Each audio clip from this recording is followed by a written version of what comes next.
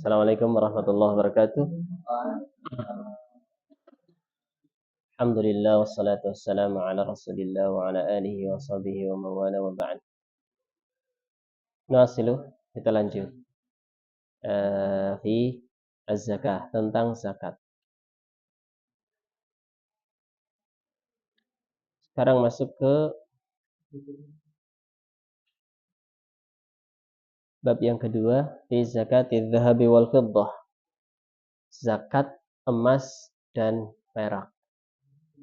Masuk di dalamnya zakat uang. Karena uang fungsinya seperti emas sebagai alat tukar. Baik uang rupiah, uang dolar, atau pound sterling, atau uang apa lagi? Dan seterusnya. Real. Ada beberapa masalah dalam pembahasan bab 2 ini. Ada 6 masalah. Yang pertama tentang hukum serta dalil, yang kedua tentang ukuran, yang ketiga tentang syarat-syaratnya, yang keempat tentang memadukan atau menggabung zakat emas dan perak, kemudian zakat perhiasan, kemudian zakat barang dagangan. Baik, kita awali dari yang pertama, hukum zakat emas dan perak. Hukum zakat fihima wa adillah dzalik. Hukum zakat emas dan perak dan hukum dan dalil-dalilnya. Zakat emas dan perak wajib. Allah Ta'ala berfirman, "Alladzina yaknizuna adh-dhahaba wal fiddata wa la yunfiqunaha fi sabilillahi fabashshirhum bi'adzabin alim." Dan orang-orang yang menyimpan emas dan perak dan tidak membelanjakannya di jalan Allah, artinya mengeluarkan zakatnya, maka berilah mereka kabar gembira berupa siksaan yang pedih. Dalam ayat sebelumnya disebutkan tentang orang-orang ahli kitab yang mengambil harta manusia dengan cara yang batil, dengan cara yang tidak benar, tidak sesuai dengan syariat. Allah Ta'ala mengancam dalam ayat ini hukuman yang berat, azab yang alim, azab yang pedih bagi orang yang meninggalkan zakat. Ini menunjukkan bahwa zakat hukumnya wajib. Kalau sunnah tentunya tidak ada ancaman siksaan yang pedih. Nabi SAW juga bersabda, "Ma min sahibi dhahabin wala fiddah." Tidaklah seorang pemilik emas dan perak la yu'addi minha haqqaha, tidak menunaikan haknya, itu mengeluarkan zakatnya, illa idza kana yaumal qiyamah, melainkan nanti dari kiamat, suffihat lahu safaih min narin, akan dibuat lembaran-lembaran berupa neraka, berupa api. Fa uhmi 'alaiha fi nari jahannam, kemudian dia dibakar di atas lembaran tersebut di neraka jahanam. Fa yuqwa biha janbuhu wa jabinuhu wa dhahruh. Kemudian disetrika sekujur tubuhnya, kulitnya, keningnya, dan punggungnya. Kullama baradat, setiap kali lembaran itu mendingin, u'idat alaihi fi yaumin kana miqdaru 50 alfasan. Dikembalikan lagi seperti semula panasnya di hari yang ukurannya 50.000 tahun, sampai Allah menetapkan keputusan di antara hamba-hambanya. Dan juga ahli ilmu sudah ijma, sudah sepakat, anna fi mi'atai dirhamin khamsatu darahim. Zakat pada 200 dirham adalah 5 dirham. Berarti berapa? 40 atau 2,5%. Wa ala anna al-madhhab idza kana 20 mithqalan wa qimatu mi'ata dirhamin tajibu zakatu fi. Dan dalam mazhab Hambali, dalam 20 mithqal, maka ukurannya 200 dirham. Di dalamnya wajib dizakati. Ini menunjukkan nisabnya. Tidak tahu 1 dirham berapa sekarang? Berapa ya 1 dirham? 4 gram. 1 dirham, bukan dinar loh. Dirham. Di sini kan dalam setiap 200 dirham 4.500 dikalikan 200, 90 juta ya. 10 juta. maka zakatnya 1/20-nya atau 2,5%-nya. Ini kalau ukurannya dirham. Kalau ukurannya emas lebih tinggi lagi. Maka kalau ingin kita muzaki, pakai ukuran dirham boleh, pakai ukuran dinar boleh. Kalau ukuran dirham berarti nisabnya lebih kecil, sehingga kita lebih cepat kena zakat.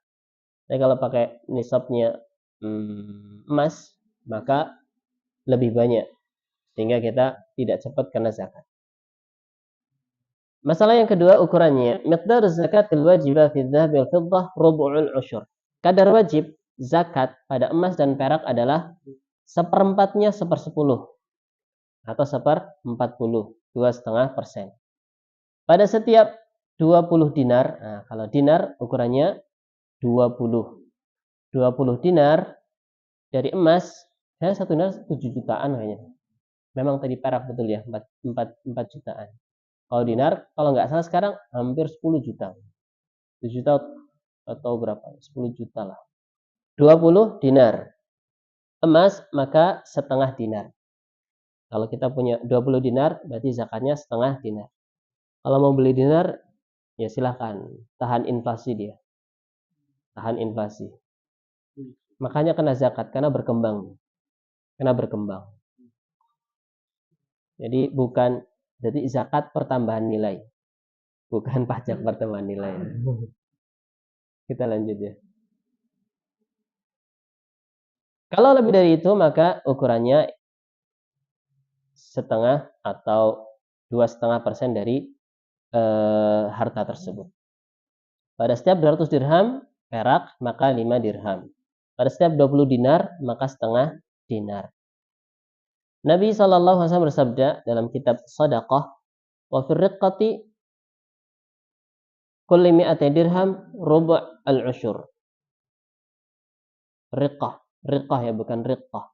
Dan pada setiap perak, pada 200 dirhamnya ada zakat 1/4-nya 1/10 atau 1/40-nya, berarti 5 dirham. Dan dalam hadis yang lain, walaysa 'alaika syai' yakni fi dzahab hatta yakuna laka 20 dinaran. Dan engkau tidak punya kewajiban zakat pada emas yang engkau miliki sampai kadarnya mencapai 20 dinar. Kalau cuma punya berapa ya? 10 gram, 20 gram, ini nggak kena zakat. 10 gram berapa sekarang? 10 juta lah, kalau lebih. Oh iya. 25 juta. Berarti kalau 20 dirham 50 juta. Nah, biasanya itu harga dari antamnya. Misalnya kalau dari pasar sampai 27 juta, sampai 28 juta. Nggak tahu, yang biasa beli emas. Kita lanjut. Wahala alaihi haul. Kemudian syarat yang kedua, setelah nisab sudah genap 1 tahun. Fafiha nisfu misqal. Maka kadarnya setengah dari misqal. Dan juga berdasarkan hadis yang datang dari Nabi SAW, min annahu kana ya'khud min kulli 20 misqalan nisfa misqal. Beliau mengambil zakat dari setiap 20 misqal setengah misqal. Dan 1 misqal itu ukurannya 4,25 gram. 4/4. Berarti kalau 20 85 gram. Jadi zakatnya emas itu 85 gram. 85 gram. Kalau dibuat uang berarti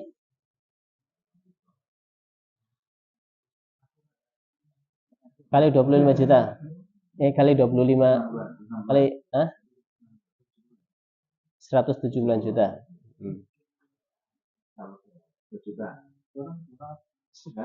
Sekarang emas 234 juta. Jadi kalau antum punya emas senilai 234 juta kena zakat. Atau antum punya uang senilai 234 juta, antum juga kena zakat. Di bawah itu nilainya cuma 100 juta, nggak kena zakat. 100 juta buat beli Avanza saja nggak dapat ya. Tahun berapa dulu? Saya kan 2011. Makelar. Kita lanjut ya. Kesimpulannya, zakat emas adalah 2,5%. Nisabnya adalah 85 gram dan umurnya sudah 1 tahun. Kapan mengukur nilai 1 tahun? Kalau sudah sampai nisab, dari nisab tersebut baru dihitung mulai tahunnya. Jadi misalnya hari ini saya baru beli emas dan genap 85 gram misalnya. Tadinya punya 80 gram, terus beli 5 gram lagi. Maka mulai dari ini kalender hijriahnya dibuletin. Patokannya kalender hijriah ya. Nanti tahun besok tanggal itu lagi dilihat emasnya nambah apa berkurang. Emasnya nambah berkurang. Kalau berkurang berarti nggak kena zakat.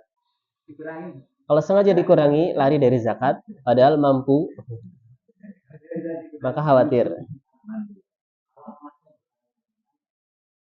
Nanti kenanya barang dagangan. Ada zakat barang dagangan sendiri. Urud at-tijarah. Tapi nanti juga sama jatuhnya. Jatuhnya sesuai itu. Kemudian apa? Apanya? Terus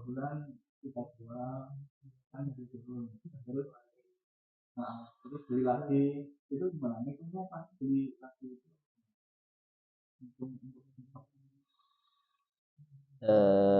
Sebenarnya kalau mau agak pelit,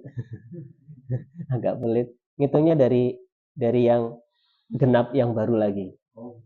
Jadi kalau misalnya antum sudah punya 80 gram, sebulan kemudian tinggal 60 gram, berarti hitungannya mulai dari nol lagi. Dan masuk lagi 80 berarti mulai dari awal lagi.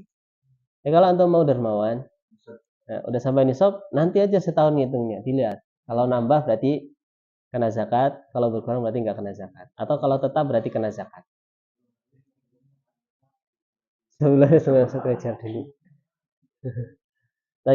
Dan jadi nanti gagal dapat pahala zakat.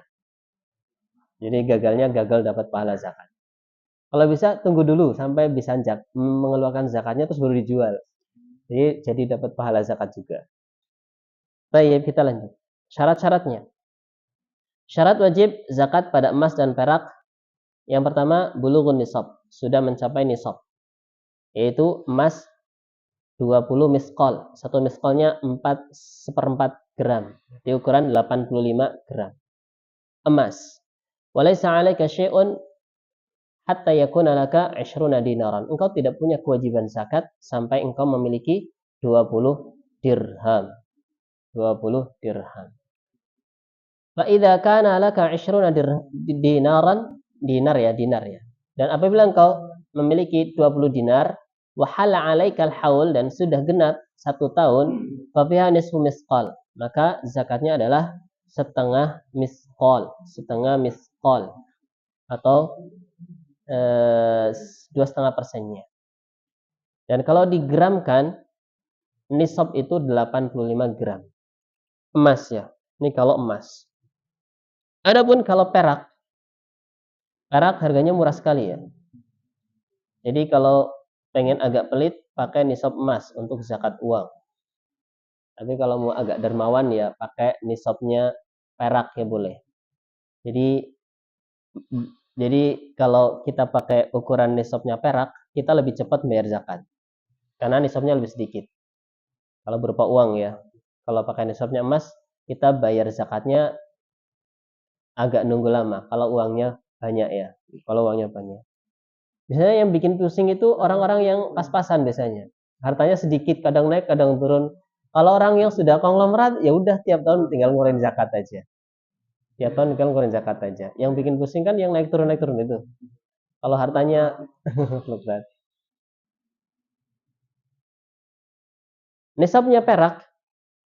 Coba diulang, nisabnya emas berapa tadi? 20 miskol. Berapa gram? 85 gram. Karena satu miskol ukurannya 4/4 gram. 4,25 gram.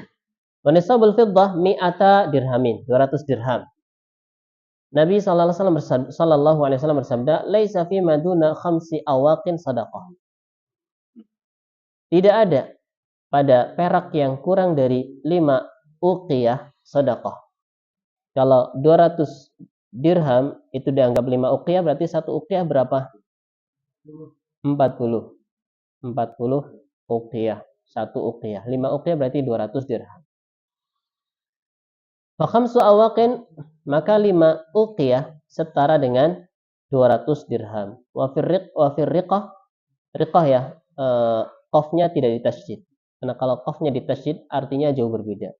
Riqah artinya perbudakan. Tapi kalau riqah artinya perak atau dirham. Wa fi riqah rubu' usyur. Sama kadar zakatnya seperempatnya 1/10 atau 1/40 atau 2,5%. Fa in lam takun illa tis'ina wa mi'atan falaysa fiha syai'un illa an yasha'a rabbuha. Bagaimana kalau kurang? Maka jika peraknya tidak ada, yang ada hanya 190 apa tadi? 190 dirham, kurang berapa berarti? Kurang 10 dirham saja, falaysa fiha syai', maka tidak ada zakatnya. Tapi kalau mau zakat boleh. Illa ayyasha'a rabbuha, kecuali yang mau berbaik hati menzakati peraknya walaupun belum sampai nisab. Walaupun belum sampai nisab. Hukumnya sunnah, yang mau saja. Kalau nggak mau ya nggak apa-apa. Sehingga kesimpulannya nisab emas 85 gram. Nisabnya perak 20 berapa tadi? 200 dirham atau 5 uqiyah. 1 uqiyah berapa gram ya? Di sini nggak disebutkan ya. Jarang yang punya perak. Coba di browsing. 1 uqiyah berapa gram ya?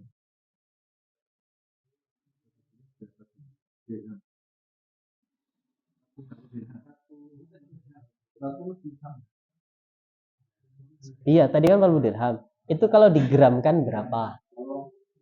119 gram perak. Harga perak berapa sekarang? 1 gram perak. Lebih rendah, nisabnya lebih rendah. Harga perak berapa sekarang?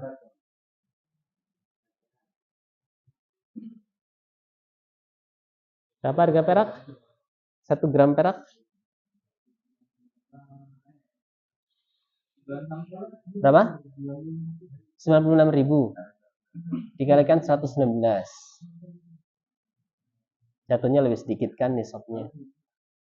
119.000. 119 gram.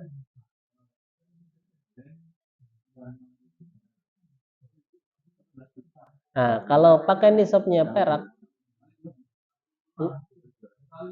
kali berapa? Itu tadi baru 1 uqiyah, baru 40 gram. Kali 5 berarti. Malah lebih banyak, masa sih lebih banyak? Berapa? 57 juta. Kalau tadi pakai nisab emas, berarti kalau mau pakai nisab dirham untuk uang kita, maka ketika kita punya uang 57 juta, berarti kita sudah kena zakat. Kalau itu berupa uang ya. Kalau berupa emas yang nilainya belum sampai 85 gram, walaupun kalau dinilai uang kan mencapai 50 juta lebih, maka itu belum kena zakat. Kalau bentuknya emas. Jadi kalau bentuknya uang, kita bisa milih pakai nisab perak atau pakai nisab emas. Kalau pakai nisab perak, maka kita lebih cepat kena zakat karena nisabnya lebih sedikit. Cuma 50 juta sekian tadi. Ya, kalau pakai nisabnya emas, maka kita kena zakatnya lebih lama karena 200 sekian juta.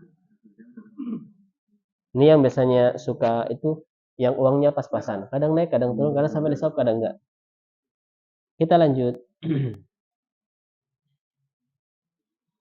Dan syarat yang lain sama, yang pertama Islam, seperti ibadah yang lain, kemudian merdeka, kemudian memiliki dengan sepenuhnya, kemudian sudah berlalu 1 haul, 1 tahun. Masalah berikutnya, menggabungkan emas dengan perak. Menggabungkan emas dengan perak.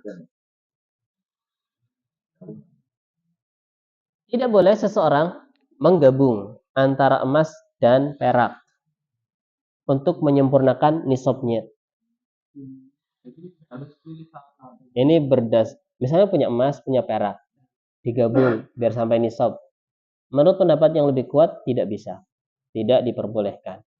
Karena dua-duanya adalah sesuatu yang berbeda. Emas sendiri punya aturan sendiri, perak juga punya aturan sendiri. Maka tidak digabung. Demikian pula punya sapi, punya onta, sudah sampai nisab, digabung. Enggak bisa. Biasanya sih kalau yang suka ngomong yang nggak tahu ilmunya. Misalnya dia di petugas zakat, biar dapat zakat banyak, digabung-gabungin hartanya. Nah, harta ada yang kena zakat, ada yang nggak kena. Maka nggak boleh digabung semua. Rumahnya dinominalkan berapa, tokonya dinominalkan berapa, itu zalim namanya ya. Zalim. Rumah tempat tinggal nggak kena zakat. Kenapa? Kalau pajak semua kena. Kalau pajak. Gaji. Gaji dihitung setahun dulu. Dihitung setahun. Berapa? Gaji sebulan misalnya sampai nisab. Gaji sebulan misalnya 500 juta misalnya. Dia mau nunggu setiap tahun dikumpulkan uangnya, kemudian dikeluarkan zakatnya, boleh. Atau mau tiap bulan bayar zakat juga boleh, silakan. Tiap bulan bayar zakat juga boleh. Jadi hartanya dibagi-bagi dulu. Ini satu nisab, ini zakatnya bulan Januari. Ini satu nisab, ini zakatnya Februari. Ini satu nisab, zakatnya Maret. Ini satu nisab, kok pakai bulan ini? Pakainya bulan Hijriah ya. Ini zakat satu nisab ini misalnya dipisah-pisah boleh. Satu nisab emas ini nanti zakatnya bulan Muharram. Satu nisabnya lagi kalau punya banyak emas. Kalau nisabnya ini nanti zakatnya bulan Safar. Satu nisab lagi bulan ini dan seterusnya, itu boleh. Jadi tiap bulan biar zakat boleh. Jadi hartanya dikelompok-kelompokkan. Yang ini zakat itu juga boleh. Mau dibuat gabung semua tiap akhir tahun juga boleh. Itu juga boleh. Jadi kalau zakat penghasilan itu perlu dirinci. Jangan main pasti. Ini dapatnya 10 juta, berarti 2,5% berapa, enggak. Tidak seperti itu. Karena belum tentu di akhir tahun sudah sampai nisab. Kalau 10 juta kali 12 bulan berapa? Baru 120 juta. Itu pun belum dikurangi kebutuhan. Belum dikurangi kebutuhan. Zakat itu setelah dikurangi kebutuhan. Kalau gajinya 500 juta, dikurangi kebutuhan tinggal 50 ribu misalnya, ya nggak kena zakat. Nggak kena zakat.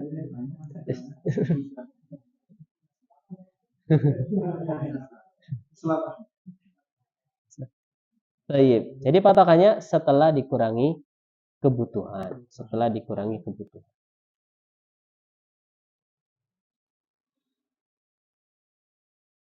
Tidak boleh digabung ya. Nabi SAW bersabda, "Walaysa fi ma duna khamsi awaqin shadaqah."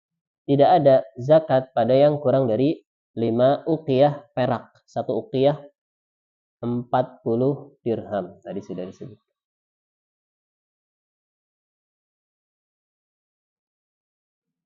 Sehingga kalau orang yang memandang boleh digabung, bisa jadi nanti kurang dari 5 uqiyah sudah kena zakat. Maka nanti bisa rancu urusannya. Maka emas sendiri, perak sendiri. Sapi sendiri, onta sendiri, kambing sendiri, barang dagangan sendiri. Tidak digabung-gabung. Karena masing-masing sudah ada aturannya sendiri-sendiri. Misalnya, ini emas milik, ini emas barang dagangan. Maka sendiri-sendiri. Yang ini kenanya zakat emas, yang ini kenanya zakat barang dagangan. Kita lanjut. Emas dan uang. Uang sendiri, emas sendiri.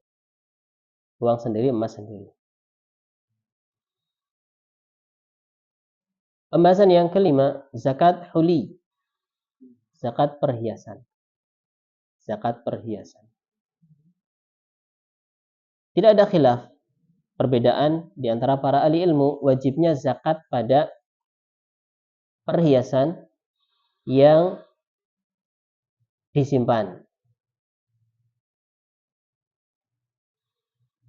Dan juga pada zakat perhiasan yang disalahgunakan, tetap kena zakat. Misalnya laki-laki pakai kalung emas 20 gram. Cincinnya 20 gram. 5 jari. Berarti berapa gram? Kalungnya dia nggak zakat, maka dia kena dosa nggak bayar zakat. Tambah nggak sholat, kena dosa nggak sholat. Tambah nggak ini, tambah itu, kena dosa banyak nanti. Kena dosa banyak. Jadi emas itu ketika sudah dimiliki, mau dipakai untuk yang halal, mau dipakai untuk yang haram, kena zakat. Ketika nggak berzakat, dia kena dosa. Dia kena dosa. Jadi jangan dikira, wah dia kan nggak sholat, berarti kalau nggak zakat, ya pantas lah. Tapi tetap kena dosa. Tetap kena dosa. Dosa nggak sholat, dosa nggak bayar zakat. Dosanya banyak. Dosa kabeh.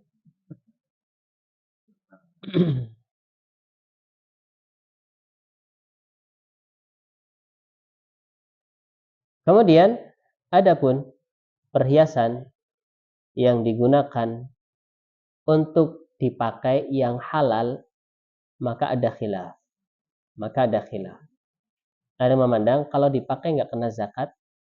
Ada yang memandang kalau disimpan saja kena zakat. Jadi kalau ada lihat ibu-ibu kok pakai semua, kalungnya pakai, gelangnya pakai, mungkin dia sedang menghindari zakat. Karena kalau dipakai nggak kena zakat. Jadi kemungkinannya dua, mungkin gaya, style, atau yang kedua menghindari zakat. Tapi cari amannya, mau dipakai mau nggak dipakai tetap dizakati. Mau dipakai tetap dizakati. Ini namanya al-khuruj minal khilaf, keluar dari perselisihan. Jadi ambil pendapat yang paling selamat. Sebagaimana disebutkan was-sahih, yang lebih tepat, yang benar antara dua khilaf tersebut, wajibnya zakat walaupun zakat itu dipakai, walaupun perhiasannya dipakai. Ini kalau perhiasannya terbuat dari emas atau perak ya, dan perhiasan aluminium atau berlian atau intan, walaupun lebih mahal. Intan sama berlian tidak kena zakat kalau bukan untuk diperjualbelikan.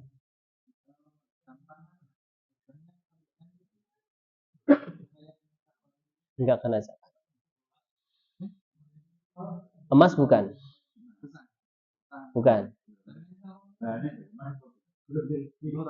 Kalau ada emasnya berarti kena zakat emas.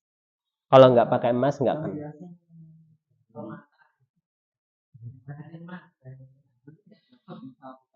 Kalau bukan emas nggak ada zakat. Jadi perhiasan yang dimaksud perhiasan yang terbuat dari emas atau perak. Iya, kalau mahal. Punya pesawat misalnya pribadi nggak kena zakat. Jadi kalau punya uang senilai pesawat, nah kena zakat. Uang ya, kalau bentuknya uang. Jadi tidak semua barang yang kita miliki kena zakat. Tidak seluruh aset kena zakat. Kecuali diperjualbelikan. Nanti kenanya barang perdagangan. Barang dagangan. Jadi yang lebih benar, mau perhiasan emasnya atau peraknya dipakai atau tidak dipakai, kena zakat. Adapun dalil yang menguatkan akan wajibnya zakat ketika emas itu dipakai, hadis dari Amr ibn Shu'aib, dari ayahnya, dari kakeknya, bahwasanya ada perempuan datang kepada Rasulullah sallallahu alaihi wasallam, dan perempuan itu membawa putrinya, dan pada tangan putrinya ada 2 gelang besar, masakatan. Masakatan itu ya siwaran. Siwar berarti ini ya, anting ya. Ada 2 anting ghalidhatan yang besar, terbuat dari emas. Maka Nabi berkata pada wanita tadi, "Atu'addina zakata hadza?" Apakah kamu sudah mengeluarkan zakat 2 anting ini? Maka wanita tadi mengatakan, "La, tidak." Maka Nabi berkata, "Ayusurruki ayusawwiraki Allahu bihima siwaraini minar?"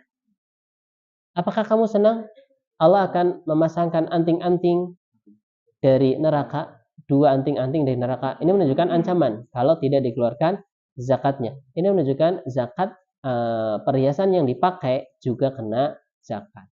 Wa alqat suma ila nabi, maka perempuan tadi pun melepaskan gelang atau anting, mungkin gelang ya, gelang dari putrinya kemudian diberikan pada Nabi. Allah alam bisawab, untuk fisabilillah. Dan juga alasan yang ketiga, ini lebih aman. Lebih aman. Atau tadi, al-khuruj minal khilaf. Keluar dari perselisihan para ulama. Kita ambil pendapat yang paling ketat. Paling ketat.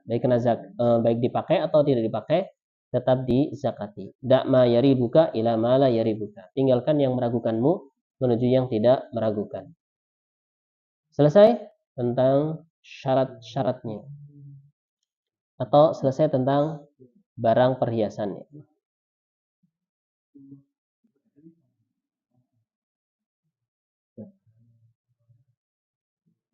Sarannya apa yang bilang itu?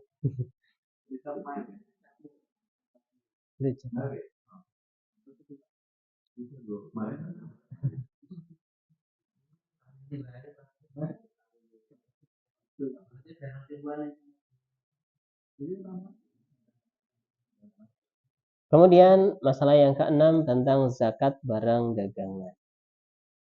Urudut tijarah. Al-urud artinya yang disiapkan untuk berniaga dan cari untung di situ.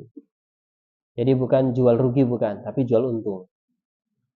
Jadi kalau antum punya mobil mau di-upgrade, antum nggak cari untung jual mobilnya, maka itu nggak kena zakat.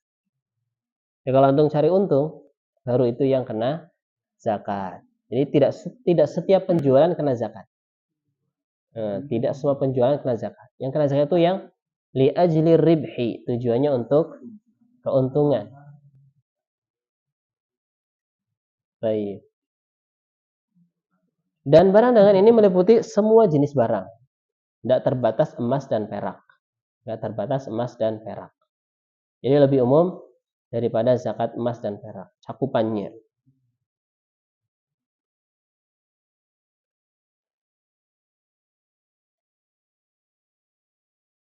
Karena seorang pedagang tidak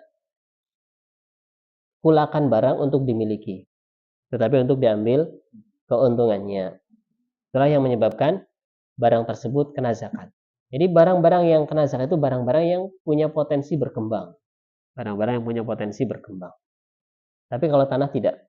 Kalau tanah tidak kena zakat. Kecuali tanah yang memang dia hobinya ke notaris, jual beli tanah maksudnya ya, tuan tanah, maka dia kena zakat karena jual beli tanah. Dan cari untung di situ.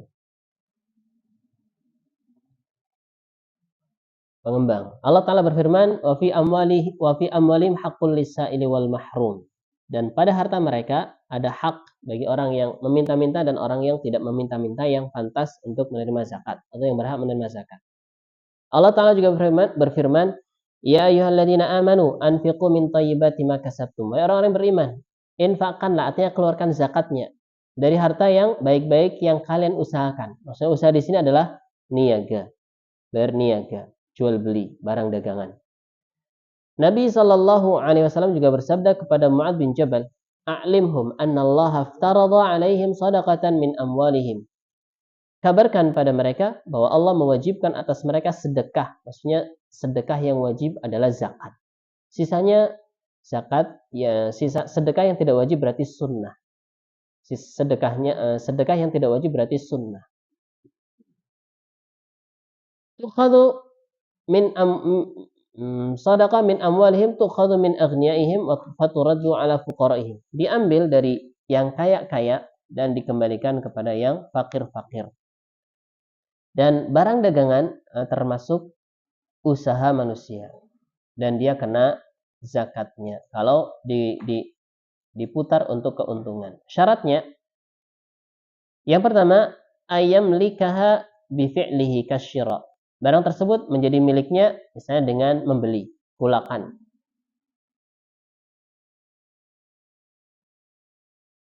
Wa qabul al-hadiyah.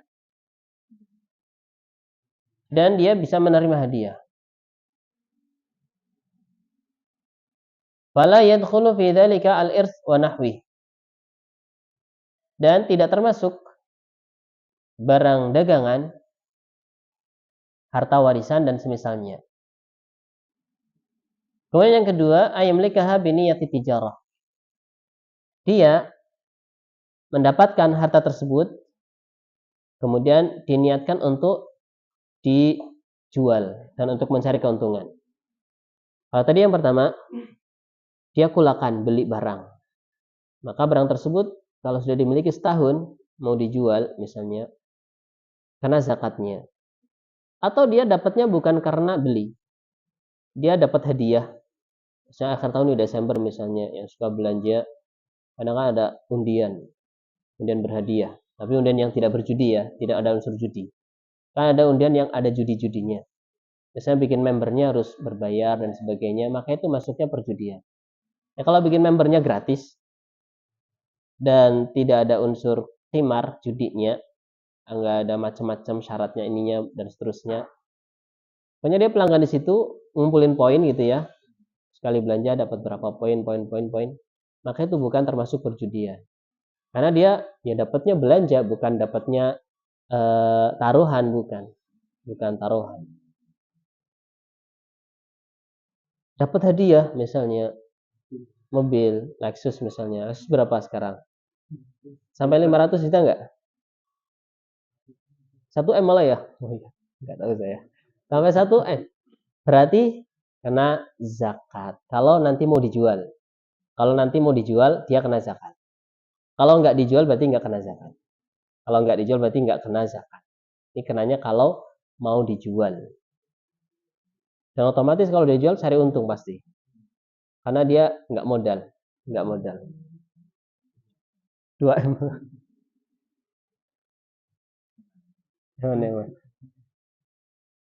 Kita lanjut. Dia memilikinya untuk dijual. Kemudian yang ketiga, nilainya sudah sampai nisab. Pakai nisab emas saja lah. Berapa tadi? 200 270 juta ya. Enggak tahu sih. 85 gram kali 2.500. 200 juta 34. Baru kena zakat. Kalau belum sampai nisab, misalnya ada orang jualan bayam, jualan apa? Ya nggak sampai setahun juga udah hilang ya, maka itu nggak kena zakat. Dan juga syarat-syarat yang tadi sudah disebutkan, kayak Islam, misalnya memiliki dengan sepenuhnya, sudah sampai nisab, sudah sampai haul, maka kena zakat. Jadi kalau sudah genap 1 tahun, barang dagangannya dinilai mau dengan ukuran emas 85 gram atau ukuran perak boleh. Kalau sudah sampai nilainya 1 nisab emas, maka wajib zakat seperempatnya 1/10 atau 1/40, 2,5%. Adapun barang yang sudah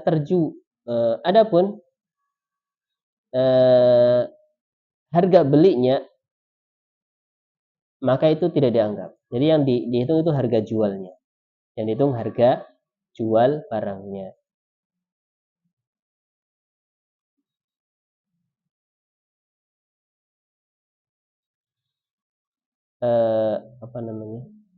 Dan itu nilainya dihitung berdasarkan harga yang berlaku di masa itu, bukan ketika dia beli. Misalnya belinya setahun yang lalu, sekarang sudah naik tentunya. Jadi dihitung nilai harga barang dagangan itu di waktu dihitung nisabnya. Selesai bab yang kedua. Adapun barang zakat hasil bumi di pertemuan berikutnya insyaallah. Barangkali ada pertanyaan?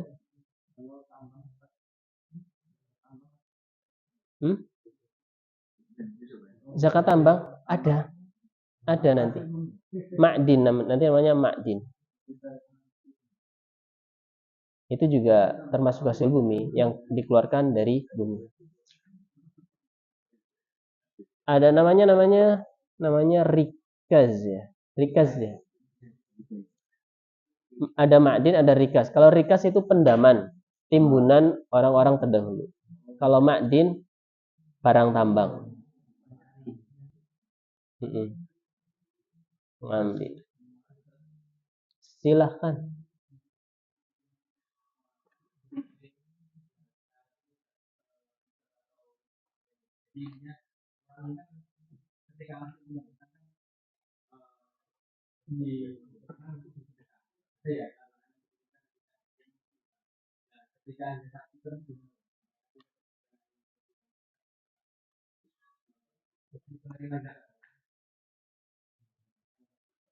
Hutangnya dilihat dulu.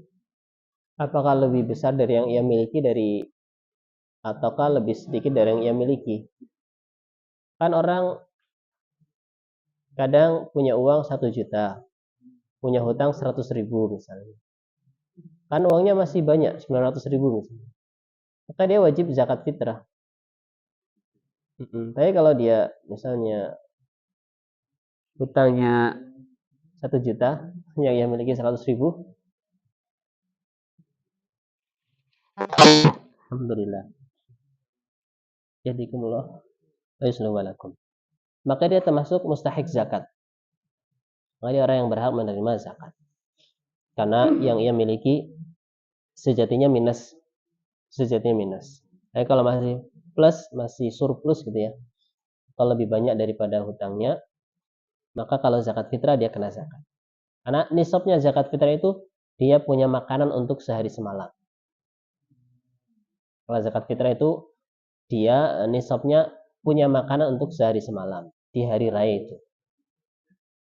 Jadi walaupun dia termasuk orang yang dapat zakat mungkin ya, gara-gara dapat zakat, jadi punya kecukupan untuk sehari semalam, dia pun nanti mengeluarkan zakat fitrah juga.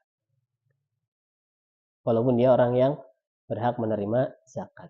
Karena nisabnya zakat fitrah itu sedikit. Cuman kebutuhan sehari semalam. Kebutuhan makan sehari semalam. Sudah ada kena kewajiban zakat fitrah. Ya, fitrah.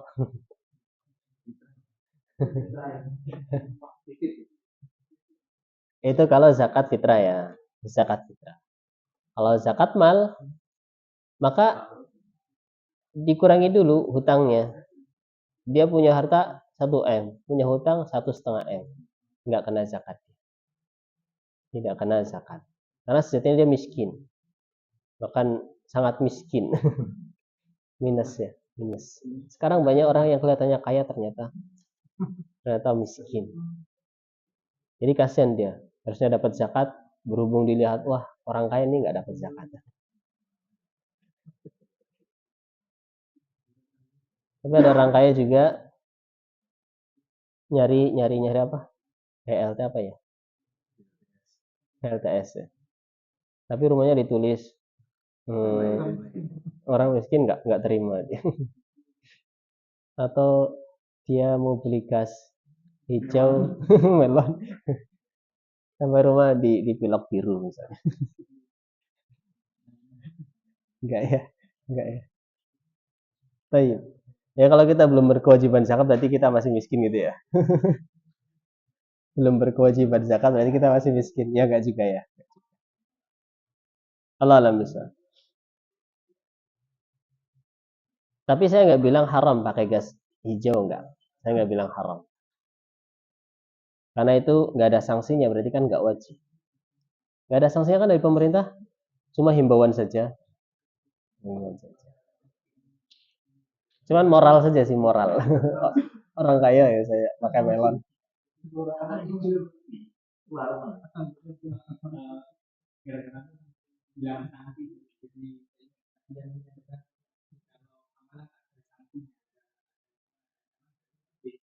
Heeh.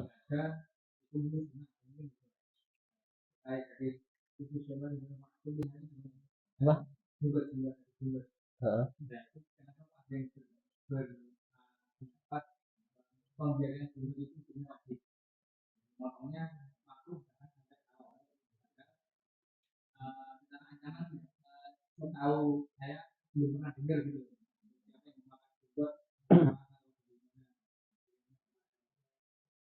Oh, salah satu kaidah yang menunjukkan haramnya sesuatu adalah adanya ancaman. Itu salah satu kaidah. Kalau ada ancaman, berarti dilakukan haram. Tapi kalau nggak ada ancaman, bagaimana? Kita lihat ada sesuatu yang menunjukkan wajib. Misalnya bentuk perintah. Misalnya dalam hadisnya, ahful liha wa qassu syarib. Peliharalah jenggot dan guntinglah atau cukurlah kumis. Maka al-amru lil wujub. Pada asalnya ya, al-amru lil wujub. Perintah itu memberikan faedah wajib. Maka kalau wajib dalam hukum fikih apa? Kalau dilakukan berpahala, kalau ditinggalkan berdosa. Kemudian juga ada dalil yang menunjukkan bahwasanya Ibnu Umar menggenggam jenggotnya kemudian mencukur yang tersisa. Ini perbuatan Ibnu Umar ya, bukan perbuatan Nabi. Ini perbuatan Ibnu Umar. Mereka berdalil sahabat termasuk sunnah ya. Jadi sunnahnya sahabat termasuk sunnahnya Nabi. Sehingga berpandangan boleh merapikan jenggot. Tapi kalau menghabiskan nggak boleh. Itu berpandangan seperti itu. Walaupun ada khilaf lagi yang lebih panjang tentang jenggot itu. Karena terkadang perintah bukan lil wujub. Kadang lis sunnah. Mandub, lin nadab. Kalau ada indikasi-indikasi yang mengarah kepada sunnah tadi. Misalnya di antara indikasinya ada perintah yang datang setelah larangan. Nah, ada larangan jual beli di waktu hari Jumat ketika dikumandangkan seruan yang pertama. Kemudian setelah ada larangan tersebut ada perintah fantasyiru fil ardi wabtaghu min fadlillah. Artinya silakan kalau sudah selesai Jumatan bertebaranlah di muka bumi. Silakan oleh Allah. Kan perintah. Apakah perintah itu hukumnya wajib? Jadi kalau nggak jualan lagi, nggak kerja lagi dosa? Nggak. Ada indikasi sebelumnya ada larangan. Ada indikasi sebelumnya ada larangan. Misalnya ada perintah, ada larangan, kemudian diiringi perintah. Dan perintah itu hukumnya tidak wajib. Kuntu nahitukum an ziyaratil kubur fazuruha. Dulu aku larang kalian dari ziarah kubur. Sekarang ziarahlah. Apakah ziarah kubur hukumnya wajib? Tidak, sunnah. Itu diantara indikasi-indikasinya. Saya kurang tahu persis apakah ada indikasi yang menunjukkan hukum asal perintah pada memelihara jenggot turun menjadi sunnah. Saya kurang tahu. Saya belum baca lebih detail. Dalil-dalil ulama yang memandang bolehnya merapikan jenggot atau memotong jenggot. Allah alam bisa.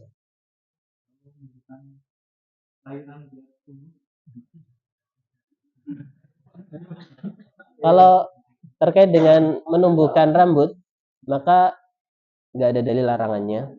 Maka dikembalikan kepada hukum asal al-aslu fil asya al-ibahah. Hukum asal sesuatu adalah boleh. Sampai ada yang melarangnya. Tapi ya syukuri apa adanya. Karena ada pengalaman diolesnya di sini, numbuhnya di dalam. Nyangkut di gigi. Ya syukuri apa adanya aja lah. Kan repot. Numbuhnya tidak sesuai harapannya. Numbuhnya ke arah dalam.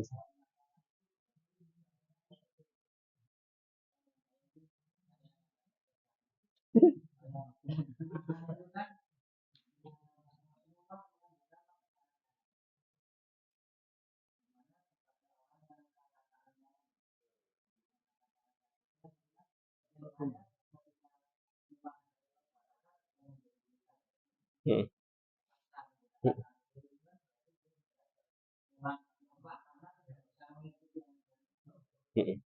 Di antara syarat wajib adalah istita'ah, mampu. Nah, kalau tidak mampu, ya nggak berdosa. Terkait makan dengan tangan kanan, Rasulullah menyebutkan alasannya, karena syaitan makan dengan tangan kiri. Karena syaitan makan dengan tangan kiri.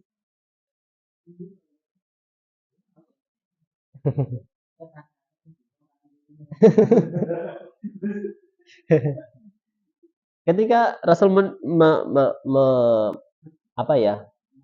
menyandarkan atau menisbahkan suatu perbuatan kepada syaitan, artinya perbuatan tersebut jelek. Artinya perbuatan tersebut jelek. Ada yang menunjukkan makruh, ada yang menunjukkan haram. Ada yang menunjukkan makruh, ada yang menunjukkan haram. Jadi ada larangan yang jelas, jangan misalnya. Ada larangan yang agak jelas, ada larangan yang itu. Itu yang bikin terjadi khilaf di antara para ulama. Khilaf di antara para ulama.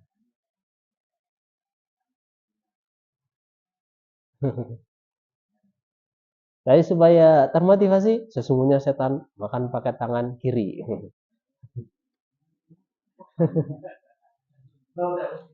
Jadi kalau mencocoki dalil, bahasa kita mencocoki dalil itu lebih bagus.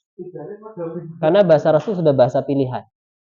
Bahasa Rasul sudah bahasa pilihan. Itu yang lebih halus. Sudah bukan lebih halus, lebih tepat ya. Jadi gunakan bahasa Rasul itu lebih halus. Misalnya dalam bahasa Al-Quran juga pakai bahasa Al-Quran lebih bagus. Misalnya dalam Al-Quran mukjizat disebutnya itu ayat. Tidak ada dalam Al-Quran disebut mukjizat. Dalam Al-Quran nggak disebut mukjizat. Yang ada dalam Al-Quran disebutnya ayat. Maka lebih bagusnya jangan pakai kata mukjizat, tapi pakai ayat. Pakai kata ayat. Titisnya ayatin. Misalnya pada 9 ayat. Maksudnya 9 mukjizat pada Nabi Musa AS. Al-Quran menggunakan bahasa ayat. Maka kita pun pakai ayat. Allah alam bisa. Jadi walaupun boleh pakai kata mukjizat, tapi pilihan Allah yang terbaik, pilihan Rasul yang terbaik. Kata yang tersebut itu kata yang sudah dipilih, sudah pas. Misalnya kita itu karena syaitan makan pakai tangan kiri gitu, kan lebih mengena, mencocoki ucapan Nabi, maka itu lebih pas. Jangan makan pakai tangan kanan. Walaupun nggak salah ketika bilang nanti kalau pakai tangan kiri nggak ada berkahnya, ya nggak salah juga sih. Tapi jangan lupa ucapan Nabi diikut-ikutkan lebih bagus. Karena setan makan pakai tangan. Kenapa? Samillah wa kul biyaminik wa kul mimma yalik. Dan al-amru lil wujub. Perintah itu menunjukkan wajib. Perintah itu menunjukkan wajib. Misalnya ada larangan kencing berdiri. Ada larangan kencing berdiri. Itu kan perintah. Tapi Nabi pernah kedapatan kencing berdiri. Maka perintah tersebut yang tadinya wajib turun derajatnya menjadi sunnah. Turun derajatnya menjadi sunnah. Itu ilmunya ilmu usul fikih. Jadi memahami dalil itu caranya seperti itu. Ya ada perintah yang hukum asalnya wajib turun menjadi sunnah. Ada larangan yang pada asalnya haram turun derajatnya menjadi makruh. Tadinya kan larangan kencing berdiri. Dan Nabi pernah kencing berdiri. Berarti hukum kencing berdiri makruh. Hukum kencing berdiri makruh. Minum berdiri makruh. Tapi nggak ada sunnah minum berdiri. Nggak ada sunnah minum berdiri. Kayak orang mengatakan minum zam-zam itu sunnahnya berdiri. Saya nggak tahu itu dapatnya dari mana, nggak tahu dapatnya dari mana.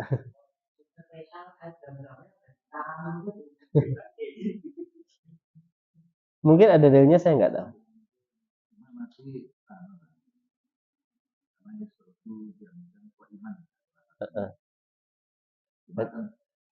Ada larangan kencing berdiri. Ada larangan minum berdiri. Ada perintah minum duduk. Kemudian Nabi minum berdiri. Berarti ini hukumnya turun. Yang tadinya haram menjadi makruh. Bukan tadinya makruh jadi sunnah gitu. Kadang orang memandang dari sudut pandang yang aneh-aneh. Kayak kalian nggak mau membuka tambang. Kalian tuh kayak orang-orang Wahabi yang ingin memurnikan syariat, mengembalikan ke asal mulanya itu. Dibilangnya Wahabi lingkungan ya. Dengan alasan kalian kayak Wahabi, pengennya memurnikan atau mengembalikan ke kondisi semula ya. Dia nggak setuju kalau hutan dibabat, katanya dikembalikan ke reboisasi, ke pohon-pohon lagi dan sebagainya. Sawit-sawit dikembalikan lagi ke asal muasal. Sampai saking bencinya kembali kepada sunnah, kembali kepada yang murni, sampai bilang kayak gitu. Semuanya dikaitkan sama Wahabi, lingkungan juga Wahabi. Naudzubillah. Padahal Wahabi yang sebenarnya bukan Wahabi apa namanya? Wahabi ekstrim itu siapa? Daulah Rustum ya. Syiah ya. Semoga berkah. Dari dulu itu. Dari dulu. Allah alam bisa.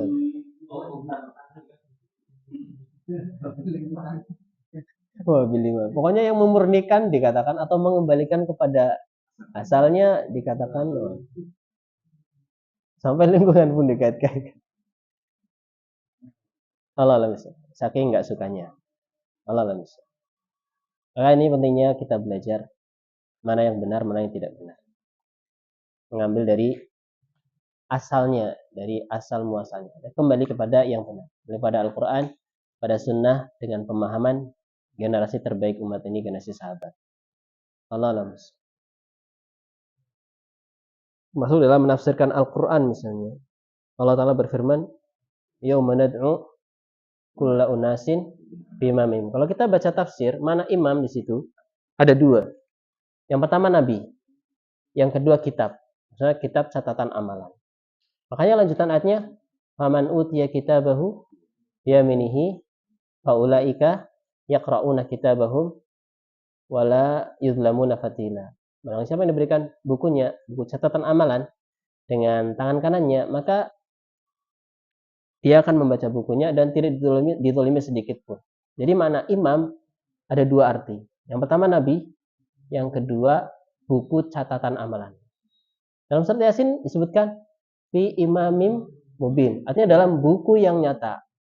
Dalam buku yang nyata. Jadi di antara mana imam adalah Nabi dan yang kedua buku catatan. Allah alam bisawab. Ya, dalam menafsirkan ayat juga kita kembali kepada penafsiran para sahabat supaya kita lebih selamat. Allah alam bisawab. Wah, sudah kelewatan. Allah alam bisawab. Kita cukupkan sampai di sini. Kurang lebihnya mohon maaf. Fikih muamalahnya kapan-kapan dulu ya. Soalnya zakat itu termasuk rukun. Dan rukun itu urgent.